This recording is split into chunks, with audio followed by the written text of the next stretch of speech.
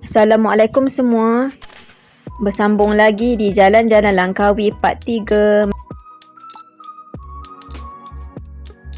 Kali ni kami dah sampai di Gua Kelawar. Okey. Sekarang ni kami sampai di kawasan Gua Kelawar. Nak masuk ke dalam gua. Patutlah adik yang bawa bot tu tadi dah bagi warning dah. Jangan bawa air ataupun jangan bawa botol air ataupun makanan. Rupanya sebab dekat sini ada banyak monyet.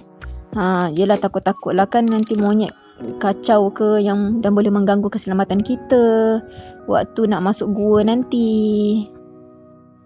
Nak masuk Gua Kelawar ni kena bayar RM2. Kemudian dia akan bagi pinjam torchlight. Jadinya kalau kita masuk gua nanti kena suluh lah dekat dalam gua tu sebab gelap. Cumanya tak boleh guna handset yang ada cahaya flash. Handset nak ambil gambar, nak rakam boleh, tapi tak boleh guna flash. Mungkin tak nak takutkan kelawar lah kot kan. Okey, jom kita masuk. Hari ni memang ramai sangat pelancong yang nak masuk ke Gua Kelawar ni. Jadi kita kenalah beratur sebab dia ada satu laluan je. Macam yang dalam map tadi kan. Dia ada satu laluan je untuk masuk ke Gua Kelawar ni. Jadinya kenalah beratur. Okey, bila kita nak mula masuk ke satu tempat ni, kita kenalah tengok di sekelilingnya. Ada info, ada amaran. Okey, memang kita kena pastilah apa pantang larang ataupun info yang telah diberikan tu. Janganlah buat macam tak baca kan.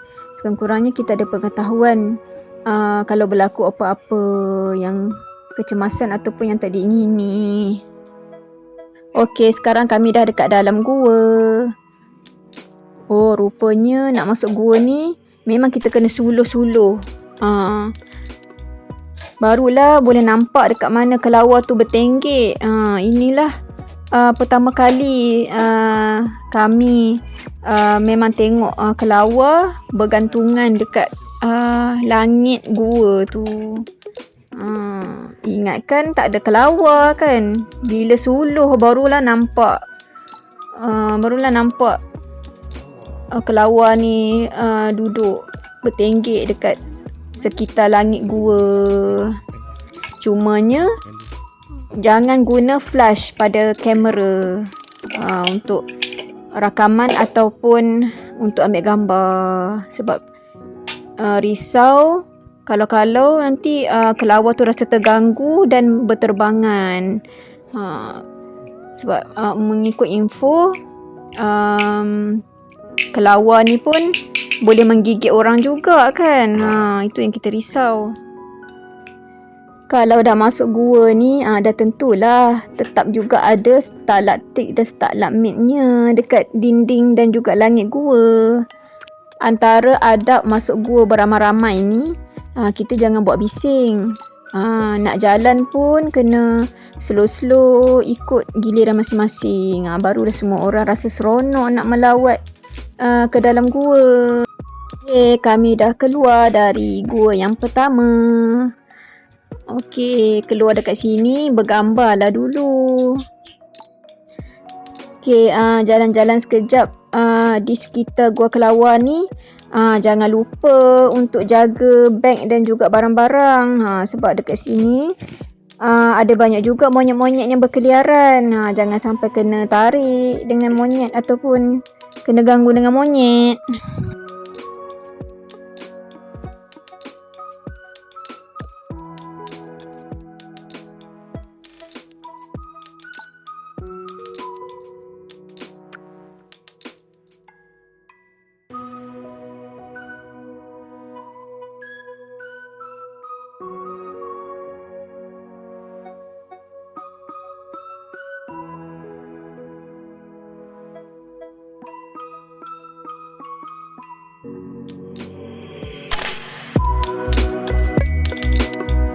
Habis je bergambar, kami pun teruskan lagi perjalanan kami melawat di sekitar Gua Kelawar ni. Nak jalan tu jangan tengok atas dengan depan je, kena tengok juga kat bawah ni. Sebab ada je akar pokok kayu bakau yang ada melintas ataupun merintangi di sekitar jambatan yang tempat laluan para pelancong ni. Ni tengok. Ni semuanya pokok kayu bakau yang terdapat dekat sini. Mangrove lah ni. Okay, dekat sini kita pun memang kena beratur juga lagi sekali nak masuk ke dalam gua. Tapi sebelum nak sampai ke pintu gua tu akan ada info ataupun papan tanda berkenaan dengan gua dan juga mangrove yang dekat sini. Jadi bacalah untuk menambah pengetahuan. Dan kena pasti juga beberapa papan tanda amaran supaya kita lebih be aware dan juga berhati-hatilah ketika nak masuk ke gua ni. Lebih lagi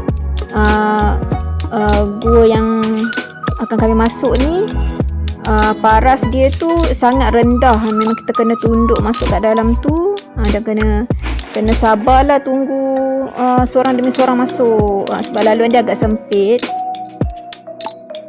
Di sinilah gunanya torchlight yang dibekalkan pada semua pelawat dan juga pelancong. Memang kena guna betul-betul torchlight tu untuk menyuluh.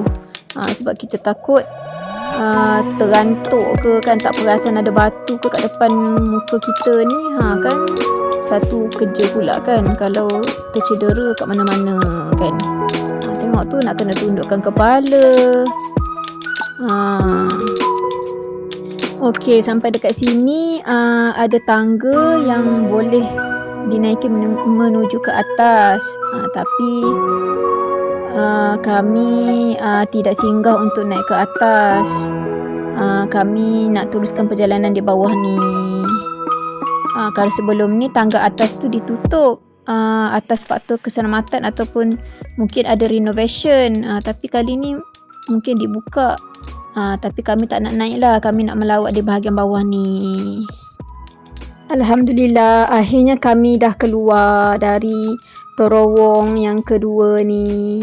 Bila keluar ni dapatlah tengok pemandangan bot-bot yang dah pun mengambil pelawat yang dah selesai melawat. Cantik pemandangan dekat sini ni sebab dia betul-betul dekat tepi sungai.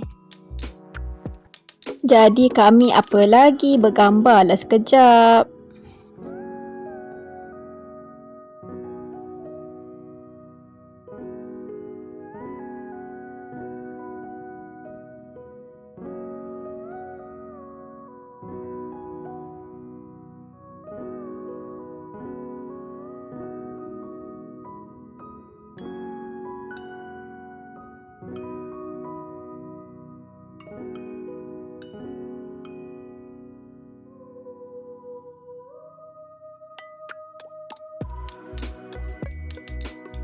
Okey, sebelum tinggalkan jeti Gua Kelawar ni, jangan lupa untuk tengok cenderahati berbentuk gambar, gambar kenangan.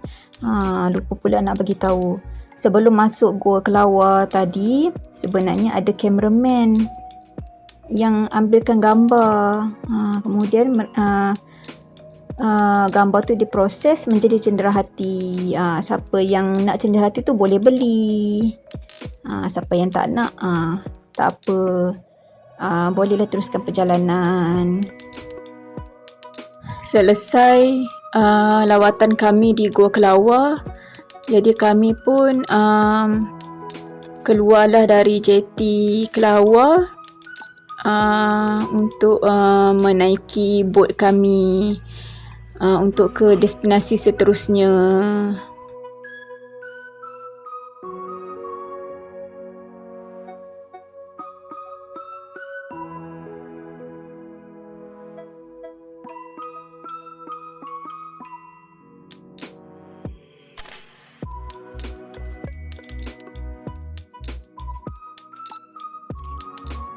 Seterusnya kami pun meneruskan perjalanan meninggalkan jeti dan Gua Kelawar. Yang mana ni?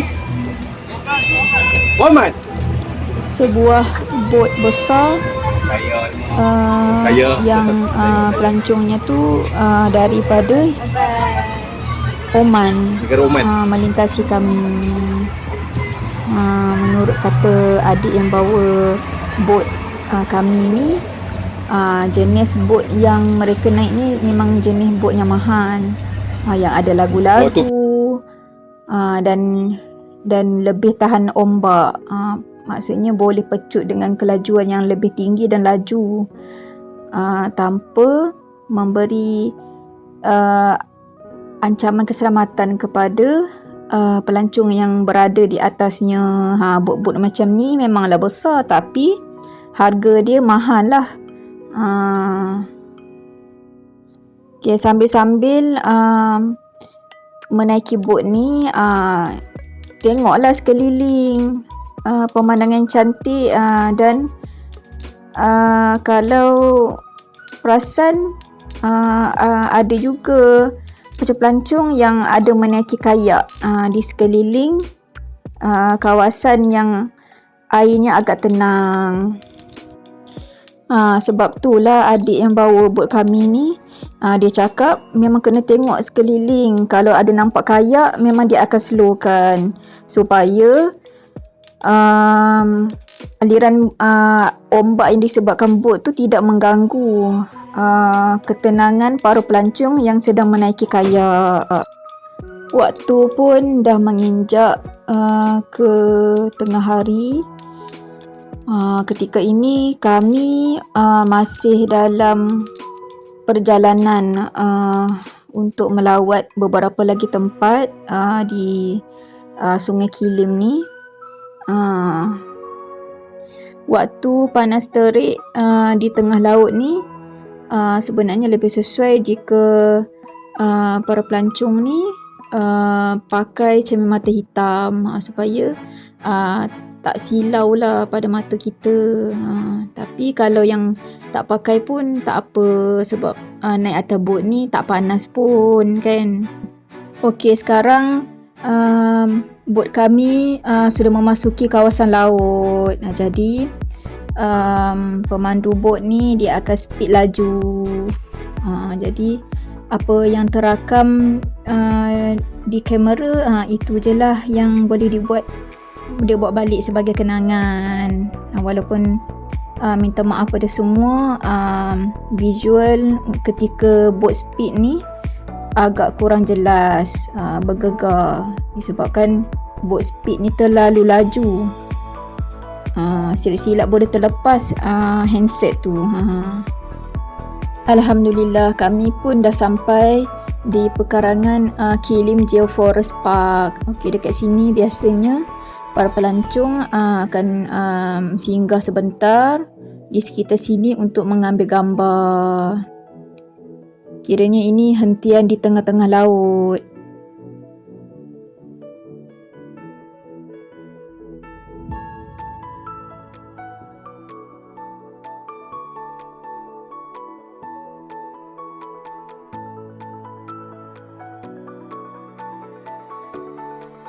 Bukan senang tau nak sampai di tengah laut macam ni. Apalagi ambil gambar lah puas-puas. Alhamdulillah, terima kasih pada adik yang bawa bot ni sebab tolong ambilkan gambar kami berdua.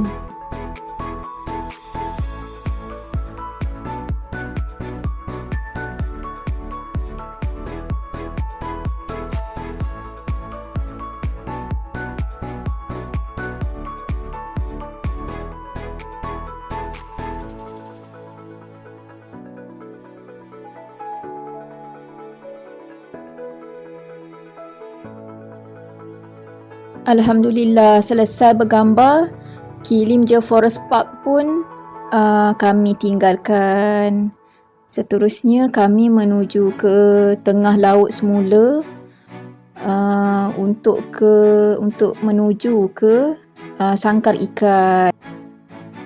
Subhanallah, memang cantik kan pemandangan di tengah laut. Lebih-lebih lagi kalau berada di belakang bot, dapat tengok aliran ombak yang ganas di tengah lautan. Inilah antara bunyi becutan laju bot di tengah laut. Kuat kan? Memang kuat betul. Bot ni speed memang boleh terlepas handset kalau tak betul-betul pegang dengan betul. Tapi saya usaha juga untuk merakam kenangan kami di dalam bot ketika speed laju ni, ketika berada di tengah lautan ni, supaya adalah kenangan. Sebab kami pun tak tahu lagi sama ada lepas ni akan ada lagi tak kenangan yang macam ni. Jadi kita hendaklah menghargai setiap kenangan yang kita lalui, sebab kita tak tahu lepas ni kita akan lalui lagi ataupun tak.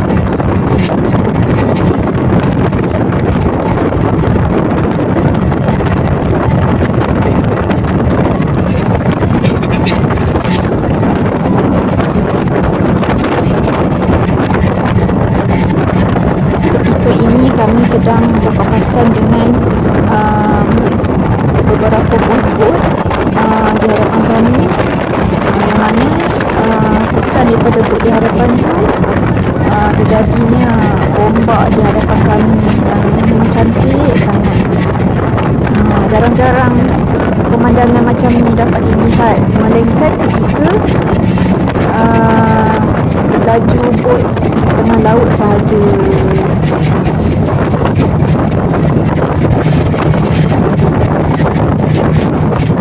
Bila berlakunya alunan ombak,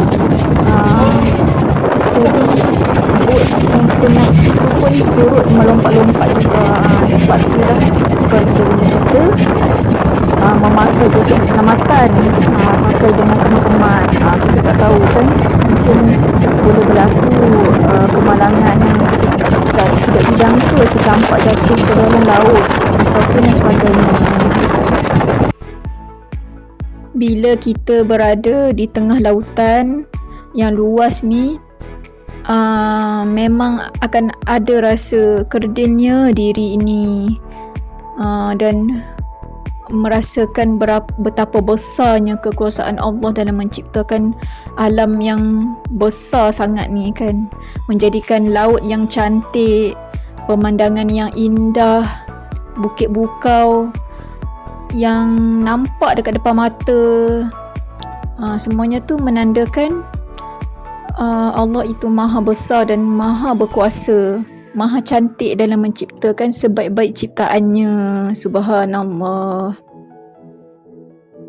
Itu baru saja kita tengok pada permukaan laut ataupun sekeliling laut. Belum lagi kita terokai di dalam laut yang penuh dengan hidupan dan bermacam-macam bentuk dan hidupan yang ada di dalam laut yang mungkin tak dapat nak dibayangkan pun.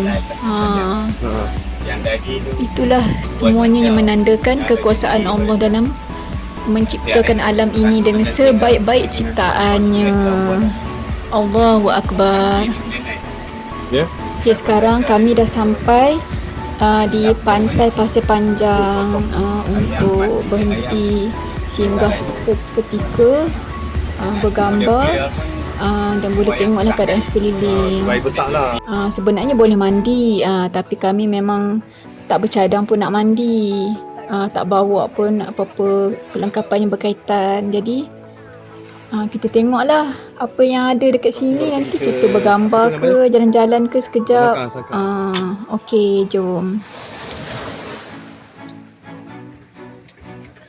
Okey, seturunnya kami dari bot, kami hanya berada di tepi-tepi pantai je. Sebab kami pun tak berapa pasti nak buat aktiviti apa. Memang kami tak bercadang nak mandi. Mungkin hanya melihat keadaan di sekeliling, bergambar sajalah.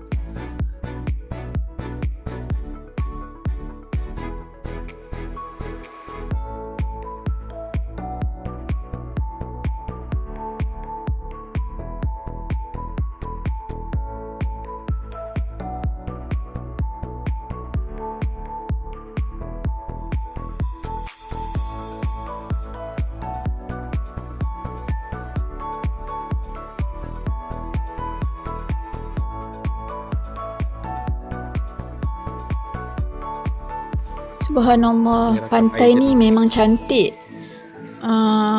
Warna air pun jernih sangat dan nampak kebiruan dan kehijauan. Ni kalau bawa anak-anak ni rasanya memang semua nak mandi ni. Ni tapi kami hanya berdua je kali ni. Jadi ambil view dan merakam pemandangan je lah dekat tepi pantai ni.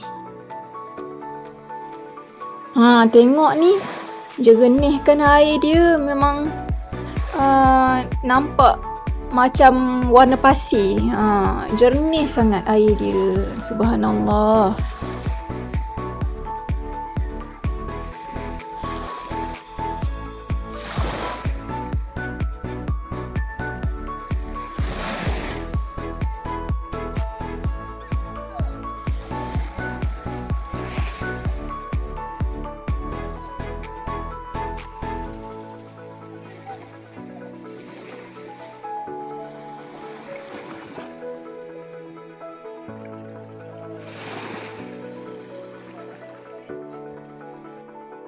Dan kemudian tibalah masa untuk kami meninggalkan pantai Pasir Panjang ni dan meneruskan perjalanan untuk ke destinasi lain pula.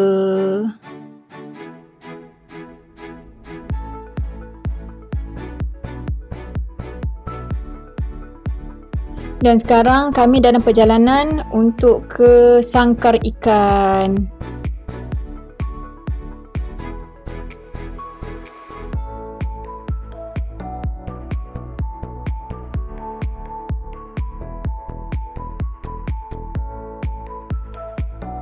Ni lah jeti Sangkar Ikan. Yang mana dekat jeti ni kita boleh berhenti rehat. Ada yang nak makan ke, nak pergi tandas ke, nak pergi surau ke, semuanya ada dekat sini. Malah dekat sini kita boleh makan lauk ataupun makanan yang fresh, yang terus dimasak dari ikan-ikan yang hidup ataupun hidupan yang hidup, macam sotong ke, udang ke. Uniknya di Sangkar Ikan ni memang terdapat pelbagai jenis ikan yang dibela dan diternak di dalam sangkar-sangkar ni. Ada sebahagian ni yang dah cukup umur akan dijadikan sebagai hidangan para pelawat dan pelancong dekat sini. Yang selebihnya tu boleh dijadikan sebagai tarikan pelancong untuk melihat aksi ikan, bermain dengan ikan. Dan ada ikan yang dekat sini yang umur dia tu lebih 30 tahun pun ada. Kira macam pameran ikan lah. Antara ikan-ikan yang ada, ikan kerapu, ikan pari, ikan nyok-nyok atau ikan repuh, siakap, udang galah, lobster, sotong, dan banyak lagi lah spesies ikan yang saya pun tak berapa tahu sangat nama dia yang betulnya kan. Disebabkan kami tak bercadang pun untuk singgah makan dekat sini, jadi kami hanya melihat-lihat sajalah ikan-ikan yang ada dekat sini dan sambil memerhatikan juga gelagat para pelancong yang dekat sini. Ada yang datang makan, tengok ramai ni kan dekat kedai makan dia. Ada yang tengah pilih ikan untuk dibuat lauk. Ikan merah Ni contoh adik ni baru sauk ni ikan merah. dia terangkut betul. Yelah, terus masak. Termasak. Udang galah. Jadi kami tak ada aktiviti khusus lah dekat sini, melainkan tengok-tengok je ikan dan juga apa yang ada lah dekat dalam sangkar ni.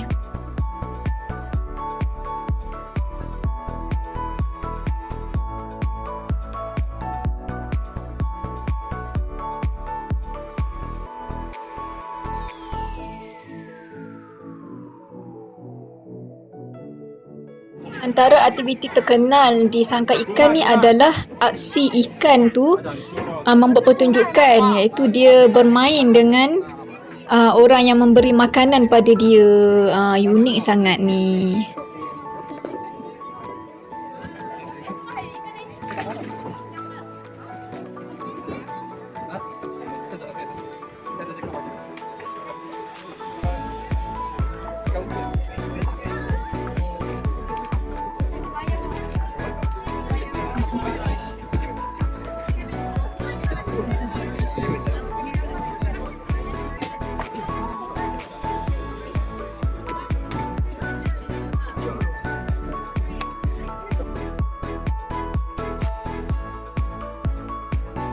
Untuk yang nak solat, inilah suraunya. Suraunya ni tak besar mana, tapi muatlah nak solat berjemaah 2 orang. Lepas dia jenguk surau tadi, barulah kami perasan ada seekor ikan besar dekat sini. Ikan ni ikan kerapu, dan umur dia ni dekat 30 tahun lagi, menurut kata adik yang menjaga dekat sini. Dan uniknya, nama ikan ni Ali. Sama pula nama dia dengan nama suami saya kan. Besarnya. Ni anak-anak dia ke? Ada 2 ekor, mana lagi seekor? Oh, kecil lah, tak apa.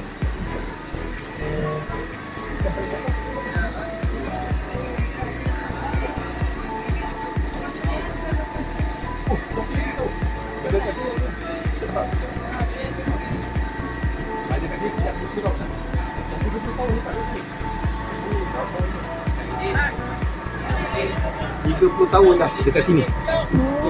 Tua dah. Dia hidup macam ni je lah.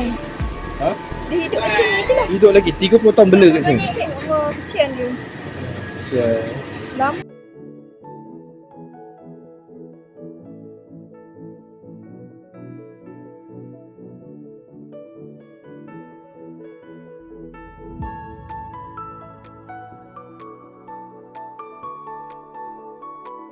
Bagi yang nak membuang air, sinilah tandasnya.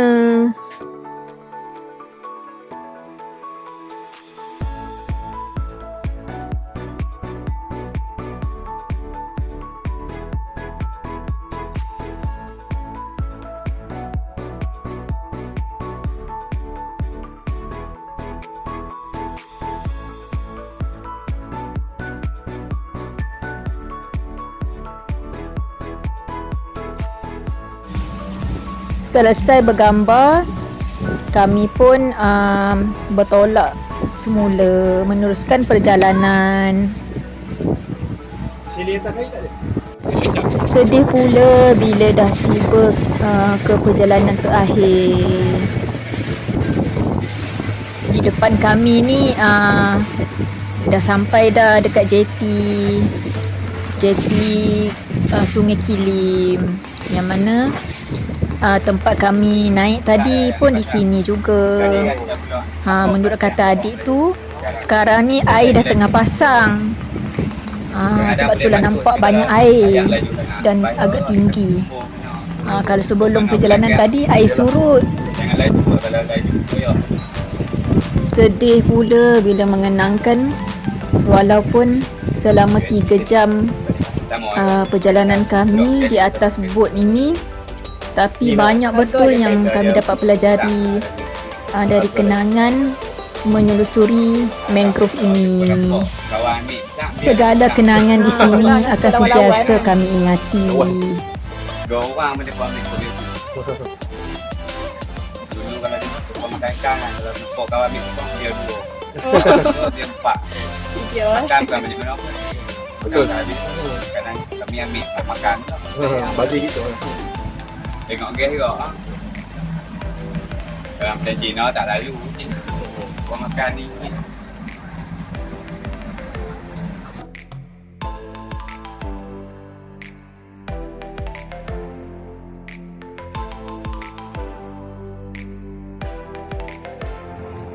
Terima kasih banyak pada adik yang menjadi pemandu bot kepada kami. Mudah-mudahan murah rezeki adik ni juga, dan mudah-mudahan mendapat lagi pelancong ataupun pelawat. Sebelum meninggalkan jeti, kami ambil gambar dulu, dan tak lupa juga kami turut membeli cenderahati berupa frame gambar ketika di jeti sebelum memulakan perjalanan tadi, sebagai kenang-kenangan kami di sini. Cantik juga frame ni. Terima kasih jeti Sungai Kilim. Sekian dulu perkongsian untuk kali ini. tamatlah episod Mangrove Tower. InsyaAllah bersambung ke Jalan-Jalan Langkawi 44. Jumpa lagi. Wassalam. Bye.